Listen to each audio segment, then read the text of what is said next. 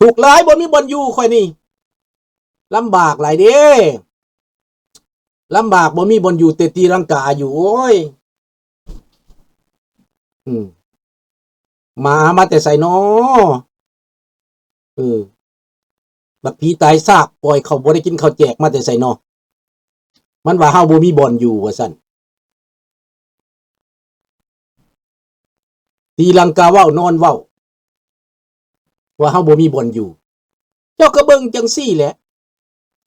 บักแถวใดเนี่ยบัตรประชาชนลาวมาแล้วลุงบักแก้วได้บัตรประชาชนลาวมาแล้วแม่นบ่ก็สิแม่นแก้วหัวขอดเนาะ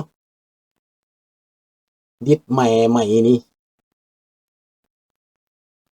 แก้วลงที่เป็นบ่หมดเท่านั้นแหละคนลาวหันเบิ่งเอาที่บักแก้วออกจากประเทศนั่นน่ะแก้วแท้มันบ่คุณโอราชอาณาจักรลาวเพิ่นพินาศย้อนบักสุวรรณภูมาถือแก้วตัวย้อนสุวรรณภูมากับสุพรรณวงศ์นั่นแหละกับยอดพระเจ้าเพชรพระเจ้าชีวิตใจดีโพดเพิ่นหักคนลาวเด้อเพิ่นหักคนลาวเบิดจะเป็นเผ่าใดก็อย่าเพิ่นเห็นประเทศลาวน้อยๆพระเจ้าแผ่นดินเฮาใจดีโพดเพิ่นธรรมะธรรมโมโพดเพิ่นฆ่าคนบ่ลง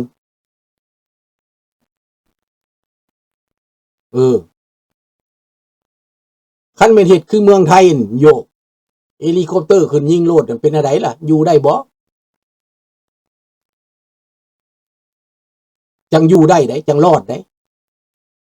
ปล่อยมันเว้าลุงก็ปล่อยที่ฝั่งไทยวะค่า MOU ก็ไม่แพงนะครับค่า MOU ก็ไม่แพงนะครับผมมันแพงที่เจ้าหน้าที่ฝั่งลาวนั่นแหละครับได้ยืนแรงงานลาวถ้าว่าจะมาทำงานฝั่งไทยต้องทำ MOU เป็นเดือนแล้วต้องเสียเงินไม่ต่ำกว่า5,000 6,000 บาทถึงจะได้ใบอนุญาตจากฝั่งลาว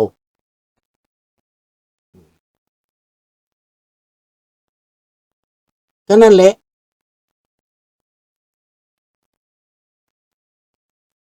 จักสิว่าจังได๋ล่ะพวกเจ้าเอ้ยคันแม่ลุงเป็นนั่นเป็นรัฐบาลนี่นะลุงจะบ่เอาอีหยังดอกเอาตั้งแต่ค่าเจี้ยพิมพ์มานะบัตรนะเฮ็ดให้โลดเขาไปทำงานสมมุติว่าเขาได้เดือนหนึ่ง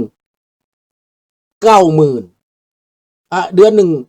30,000 20,000เอา 20,000 ซะไป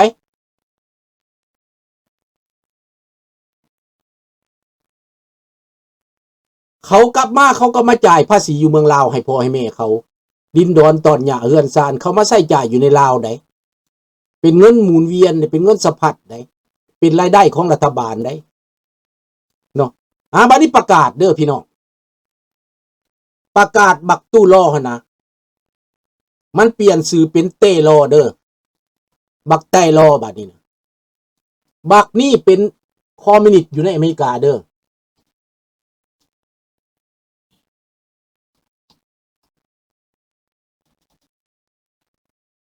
ชื่อเก่าของมันแม่นตู้ล่อเด้อ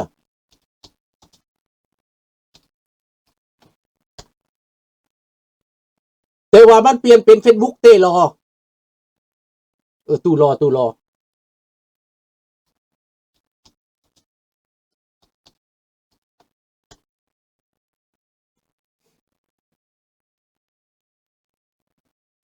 บักนี่เป็นคอมมิวนิสต์พี่น้องมันไปคอมเมนต์เรื่องเกี่ยวกับ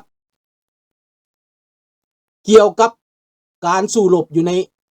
ปากทานั้น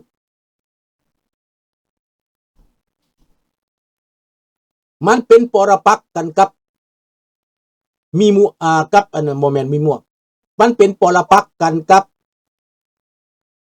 บีมัวมักนี่ บีมั่วเป็นนักต่อสู้บักเต้รอเป็นนักสืบเพื่อรายงานรัฐบาลบักนี่นะนั่นแหละมันไปปลอมเป็น Facebook เต้รอบาดนี้เห็นมันไปคอมเมนต์มันเข้าข้างรัฐบาลลาวมันจะให้จับพวกต่อสู้ว่าซั่นแต่ผู้ใดอยู่อเมริกาติดตามบักนี่เด้อบักนี่เป็นนักสืบสวนแนมให้อีตาถ้ำจัดการมันนี่จัดการบักเต้รอนี่เด้อบักตู้รอนี่แหละเอามีเท่านี้ประกาศให้คนลาวทั่วอเมริกาบักนี่เป็นนักสืบข้าพเจ้าเข้าไปเบิ่งแล้วมันเขียน